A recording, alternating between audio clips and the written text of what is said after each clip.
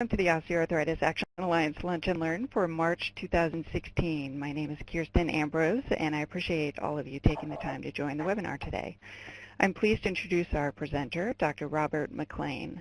Dr. McLean is the Associate Scientist at the Institute for Aging Research and Assistant Professor of Medicine in the Department of Medicine at Beth Israel Deaconess Medical Center and Harvard Medical School.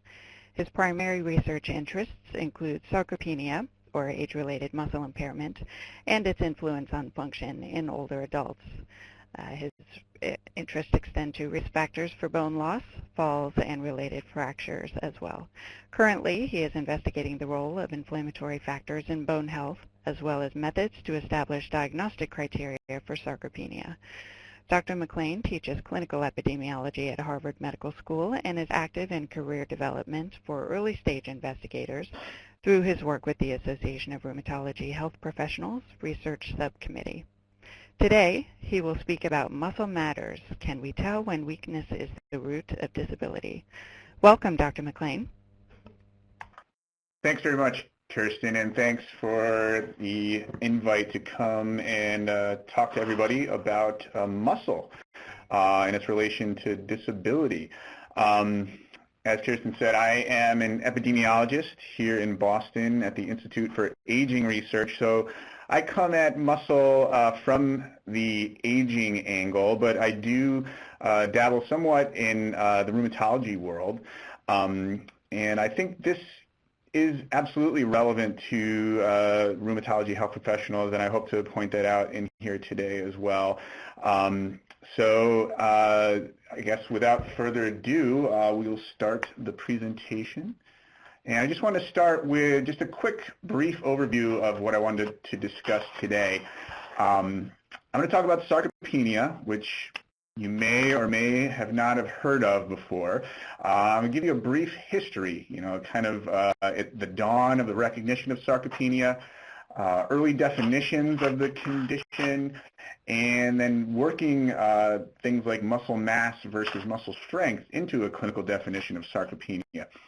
We're going to talk a lot about the current progress that has been made toward a consensus diagnostic definition of sarcopenia, and then briefly touch on some of the questions that are still lingering, that are kind of holding us back still from reaching a final consensus, and then we'll just wrap up with that at the end and finish up with some time for questions, hopefully.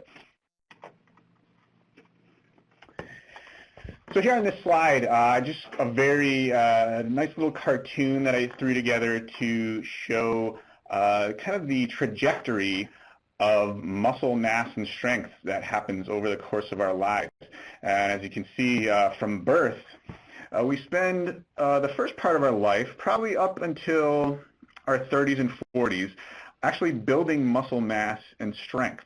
Very similar to those of you who work in the osteoporosis world, perhaps, looks a very similar trajectory to bone, where we build up to a point where we reach our peak muscle mass somewhere in the 4th or 5th decade of lives. And then after that, as you can see, muscle slowly starts to decrease over time until we reach old age, where it continues to decrease.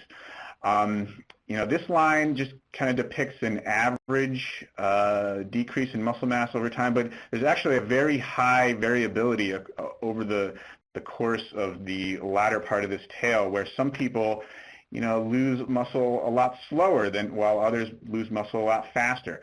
But in any case, it's pretty ubiquitous that all of us, gain muscle through the early parts of life and lose it as we age.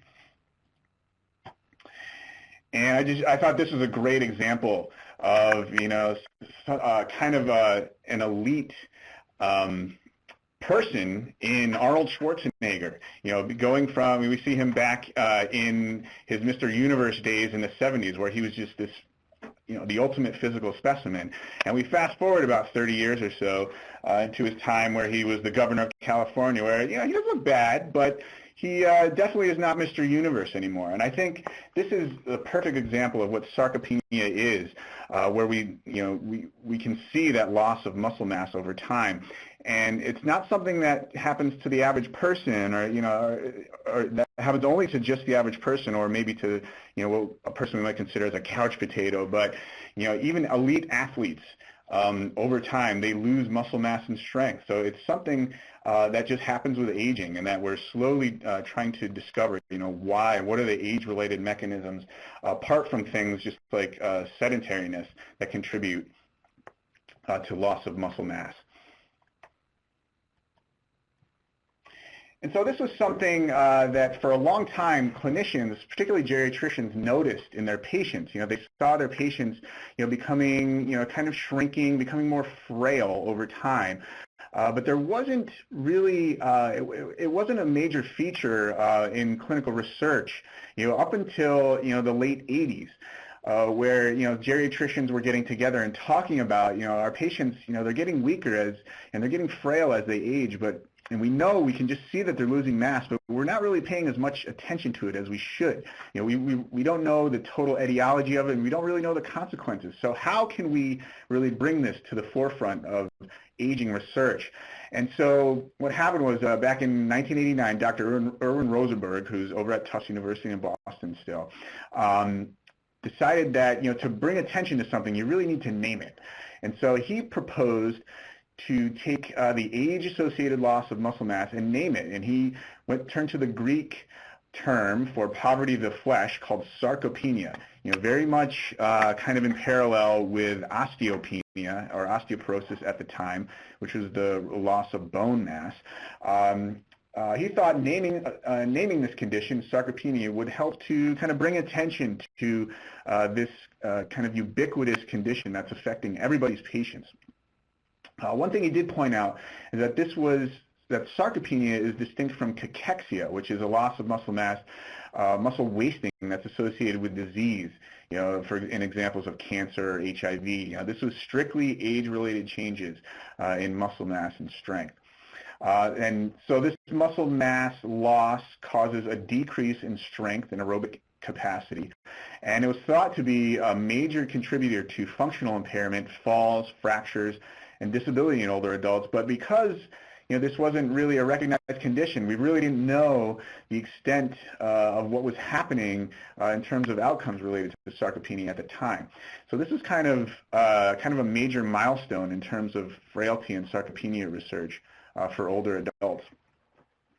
And so, in thinking of sarcopenia and the way it's depicted here in this graph, as muscle strength or mass decreases over time, decreases, you can see that at some point when muscle mass gets lower, we hit some sort of point, kind of a tipping point, where the drop-off in physical function really declines massively. So there's some kind of criteria, or some threshold where people probably reach where their muscle mass just decreases to a point where their physical function drops. And sarcopenia really is, we want to find that point. Where can we define that point in which muscle mass decreases so much that we're going to drop off our physical function? So since it was named in 1989, there really has been no consensus definition of where that cut point or that threshold sits to where we can call somebody sarcopenic or not. And so that's kind of been the major question in terms of sarcopenia research since the late 80s. So why do we need a definition of sarcopenia? Well, first of all, I think it'd be a boon for clinical practice in that it would allow the identification of disabled patients who may actually benefit from treatments that target muscle mass.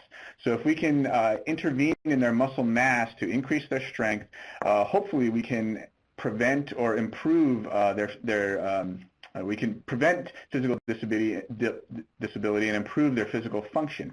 And I think this is relevant also for arthritis and rheumatic disease as well, because as we all know, the disability in arthritis, there's a multifactorial etiology of it. So I list here just, this isn't an exhaustive list, but just some of the major contributors to disability in arthritis and rheumatology patients, probably most of all being pain, stiffness, and swelling. But there's also joint damage that contributes to disability as well. Other things, not related to directly related to the condition itself, such as depressive symptoms, comorbidities, obesity, muscle weakness, impaired position sense or proprioception, or just as we spoke about, aging itself, really contributes to disability in arthritis patients. And if we want to improve the condition of our patients, we'd want to know, what is the underlying root of an individual's disability so that we can actually target that particular cause of disability. And so, of course, I'm interested in the muscle part. So a definition of sarcopenia, of critically important low muscle mass, really could help health professionals, I think, identify those patients who are disabled because they have muscle weakness, and perhaps they could target any interventions directly toward their muscle weakness. Other benefits for a clinical definition of sarcopenia. It would really spur on the development of function-promoting therapies by helping to define criteria that could identify patients that can be enrolled in randomized trials of therapies for function-promoting therapies. Because right now we really don't have, without a sarcopenia definition, there are no ways to decipher, or to select patients that are really ideal for participating in the testing of these potential new therapies. And it would also be great for the development of an ICD-10 code. Now, there's a lot of work being done right now by a group called Aging in Motion, which is really advocating for the development of an ICD-10 code for sarcopenia, as this would have several benefits if this was ever established. Number one, we could finally start ordering tests and get approval for management and HMOs for things like muscle loss and weakness associated with that. I would also promote recognition by the government, which in itself could promote clinician awareness of sarcopenia and also impact health policy and public health. And it could also be a boon for research. Once we get a code for sarcopenia and start entering it into electronic medical records, we could really start getting at the epidemiology of sarcopenia in more broad populations to see how sarcopenia really is related to outcomes in large epidemiologic populations. So there really is a real need to come up with a clinical definition for sarcopenia. So coming back a few years, following about 10 years after Dr. Rosenberg first kind of proposed a name for a loss of muscle mass with aging, Baumgartner's group back in 1989 kind of put forth probably the first early definition for sarcopenia. They decided to use whole body DEXA scans, which are depicted right here, which are used to measure body composition. We can get measures of bone mass, fat mass, and lean mass from measures of these whole body DEXAs. And so Baumgartner's group proposed to use measures of lean mass from the arms and the legs, you can see here, from a DEXA scan, and adjusted for height, and proposed to call a relative skeletal mass, muscle mass, that is more than 2 standard deviations below a sex-specific mean of a young adult reference population as a sarcopenic population. So Baumgartner's group did a study in the New Mexico Elder Health Study, measured a large group of community-dwelling older adults, took their whole body DEXAs, calculated their relative skeletal muscle mass, and categorized them as having either sarcopenia or not, and looked at the association of sarcopenia with several different measures of disability and physical function. And what we see here in this table is odds ratios for these different outcomes in the sarcopenia group relative to the non-sarcopenia group. And as you can see across the board, for all of these different measures of function and disability, there's an increased risk of having number of disabilities, balance abnormalities, gait abnormalities, and so forth in the sarcopenia group relative to the referent group. Now, these numbers aren't quite statistically significant in the women, but for both men and women, we're seeing increases in these poor outcomes in the sarcopenic group. Not necessarily for history of fracture in the men, but we're seeing that in the women as well. So this early definition of basically having low muscle mass, we're finding that it was associated with measures of poor function and disability in older adults. And once that definition was kind of out there in the literature, research in sarcopenia kind of went through the roof. It really blew up. And over the next 5 to 10 years, several studies came out showing that these measures of low muscle mass were indeed associated with things like reduced mobility, falls and fractures, disability, institutionalization, and excess mortality in older adults. And economic analyses showed that, or estimated that sarcopenia accounted for about $18.5 billion in healthcare costs in the year 2000. So also demonstrated, the major economic impact of sarcopenia in older adults. But as time went on, questions started coming up about this potential definition of sarcopenia, and people like physical therapists were mentioning that, well, we often see increases in strength without concomitant increases in muscle mass. So is muscle mass or lean mass, low lean mass, really a good measure of weakness? And probably one of the first demonstrations that this may not necessarily be the case came from the Health, Aging, and Body Composition study that showed that over 5 years in this group of adults in their 70s, while muscle area or muscle mass decreased at about 3 to 5% per year, muscle strength actually decreased at a rate that was 3 times as high as the mass itself. So there was this kind of disconnect between muscle mass and muscle strength with aging. So perhaps there was thoughts being discussed that perhaps muscle mass is not the greatest measure of sarcopenia.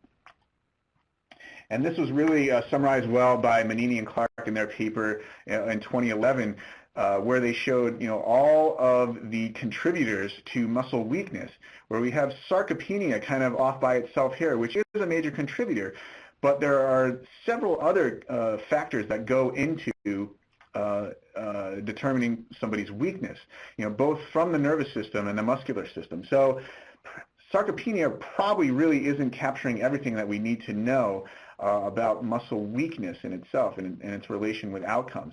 And so Manini and Clark felt there should be an alternate term called dynapenia rather than sarcopenia. And they did this very quick and dirty, not really an official meta-analysis where they looked at the association of measures of sarcopenia with disability outcomes and measures of dynapenia or muscle strength and disability outcomes. And they found that overall sarcopenia was, or muscle mass was a pretty poor predictor of physical function outcomes, whereas muscle strength itself was actually a much better predictor. So they were really the first to bring to the forefront that perhaps we need to consider strength rather than muscle mass as a measure of sarcopenia. So over the next few years, the aging research community saw the importance of bringing together a consensus definition of sarcopenia, and there were many discussions of several consensus groups that were convened over the course of a few years to try and develop a consensus definition for sarcopenia. And one of the things they thought that it should definitely include muscle mass, because we can perhaps intervene on muscle mass. But also that, given the evidence that was in that Manini and Clark had pointed out, the definition of sarcopenia must really include some form of muscle strength or muscle function as well. And so all these consensus groups really put out their kind of candidate definition of sarcopenia, and here's just one example. This one was put out by the European Working Group on Sarcopenia, where it's kind of a case-finding algorithm for sarcopenia, and as you can see here, it's really meant for older subjects coming in that perhaps may have mobility disability defined by a slow gait speed, and suggests to assess grip strength and muscle mass and call them sarcopenic based on low grip strength or low muscle mass. So they gave these potential definitions, but they gave no really strict criteria for what low or normal should be. They had several potential candidate definitions, but no actual clinical criteria to call somebody as having low muscle mass or having low muscle strength. So following these consensus groups came the Foundation for the National Institutes of Health Sarcopenia Project. Now this was proposed by Dr. Stephanie Studensky, who's now at the NIA, sponsored by the FNIH and with help from the NIA, the FDA, and several pharmaceutical groups. Their goal was to develop criteria for clinically important weakness and low muscle mass that were clinically oriented and evidence-based and empirically derived. So that was what was unique about this effort, was that it was actually going to use actual data to develop specific criteria to define people as having low muscle mass or muscle strength.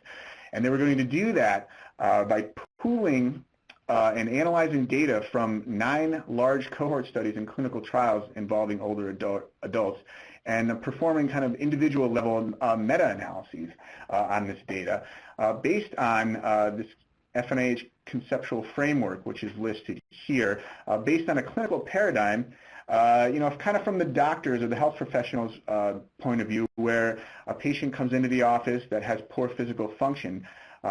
Can we determine, is there a group where low mass is a possible cause of weakness that is contributing to their poor mobility, so that we can actually find them and identify this group, that we can treat their muscle mass to actually help improve their physical function and reduce their disability.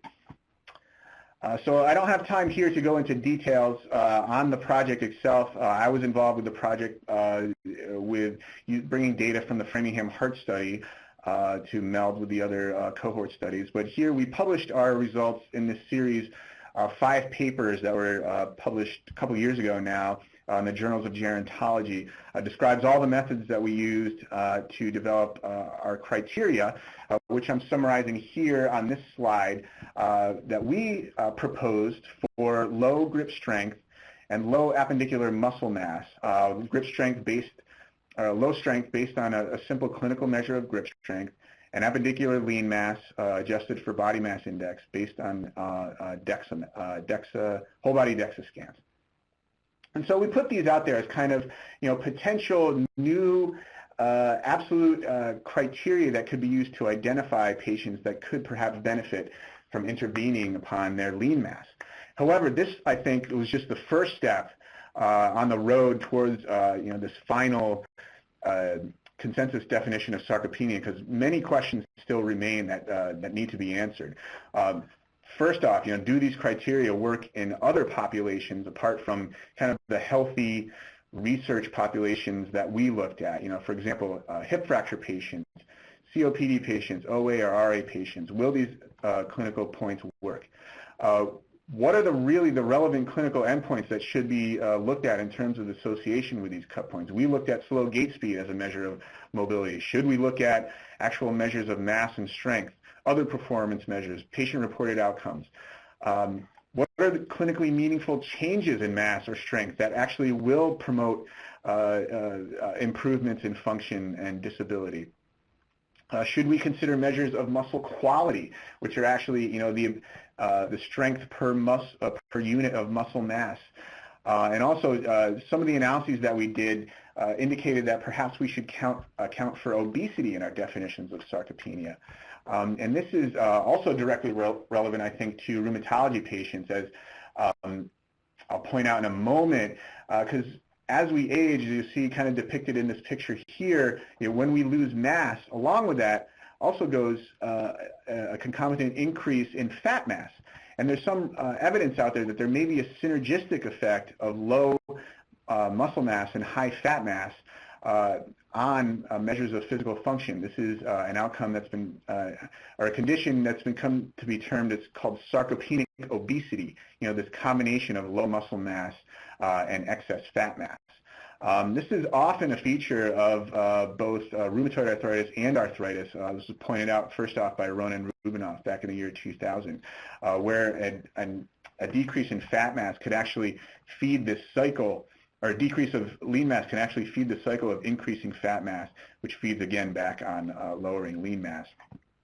And this picture just depicts here some of the evidence that shows that the group that has both sarcopenia and obesity, their time to loss of instrumental activities of daily living is much quicker than the other three groups that have sarcopenia alone, obesity alone, or neither. And this is data that came from, again, Baumgartner's group in the New Mexico aging study. So again, obesity is something important to keep in mind when assessing loss of muscle mass and strength. So again, that was kind of a whirlwind tour through the state of where we are in terms of defining sarcopenia as a clinical condition. Just to summarize some of the points I made today, loss of muscle mass and strength. We know it's an important determinant of disability in older adults and in arthritis patients. Currently, there's no consensus criteria for meaningful low muscle mass or weakness, and there's a lot of additional work that's needed to inform the development of these criteria. And hopefully a definition will one day facilitate patient identification for those who could benefit from interventions, as well as testing novel therapies to improve muscle mass and strength in individuals with disability. So I think I'm going to stop here. Hopefully I didn't go too long, and hopefully we have time to answer some questions. So thanks very much. Thank you, Dr. McLean. We'll be happy to take some questions from anybody who wants to type in the Q&A box or in the chat box on your right of your screen. We are at just about at the 30-minute hour, so while we wait for some questions to come in, I'll just call people's attention very briefly to the April 20th webinar coming up with Dr. Joanne Kemp from the Australian Centre for Research into Injury in Sport and Its Prevention, or ACRISP. Given our time zone challenges, that webinar will be pre-recorded, so check that out for anybody who needed to leave right at the 30 minutes. But otherwise, certainly, well, if anyone has any questions, I do think this is a really interesting and important consideration for our osteoarthritis patients. You've pointed out clearly that this can significantly impact function and mobility, sarcopenia, and I think it is kind of an added consideration, I guess, when we're talking to our patients. At the Alliance, and so many of the clinicians that are out there in the audience, I know, are encouraging their arthritis patients to be physically active or to manage their weight, and it's not as simple as that often. I think you've pointed out that there can be many more complications. Yeah, and I think one thing that, again, I didn't have time to point out, but like you said, advising patients to be physically active, and it's the lose weight part, like especially for obese patients, is that I think we have to be careful, and that most often when we lose weight, we're not only losing fat, we're losing muscle as well, and we really need ways to maintain that muscle and hopefully maybe even increase it at the same time that we're losing fat mass. And there's been some interesting work lately, kind of in the aging world, showing mixes of weight resistance training and nutritional supplements can actually help preserve muscle while losing weight or losing fat mass at the same time. So again, I think that's an area where that's kind of ripe for additional work. I agree. I remember back to my exercise physiology days and learning about the positive impact that resistance training can have even in nanogenarians. I think we're very resilient and able to build or maintain muscle mass well along in our years. So you're right. There's definitely some avenues if we can identify patients and figure out what the best course of action should be. Yeah, I think that was maybe one of the first times a paper out of my shop here back in the early 90s where, with Dr. Lipsitz and where they took actually nursing, some of the frailest nursing home patients, here at our facility and, wanted to try and improve their mass and strength. It's, these people, they're not moving around, they're in bed all day. There's no way that they're going to, increase their mass and strength. And, they put them on the weight, some sort of weight machines and gave them some, protein supplements. And sure enough, like you said, these people are in their 90s. And, after, a relatively short amount of time, it showed some positive changes in both their mass and their strength with that resistance exercise. So there's hope, even for, the frailest among us, there can be results.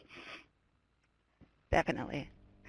Well, I don't see any questions come in at the moment, so I will say thank you very much. This was fascinating and very much appreciate your participating today and sharing this good information with us. We did get a thank you from one of our participants there. So again, I appreciate it very much, and for everybody who's attending, do look out for the webinar to be posted on our website if you want to share or revisit. No, great. Thanks for having me. It was a pleasure to talk, and thanks very much. Have a great day, everybody.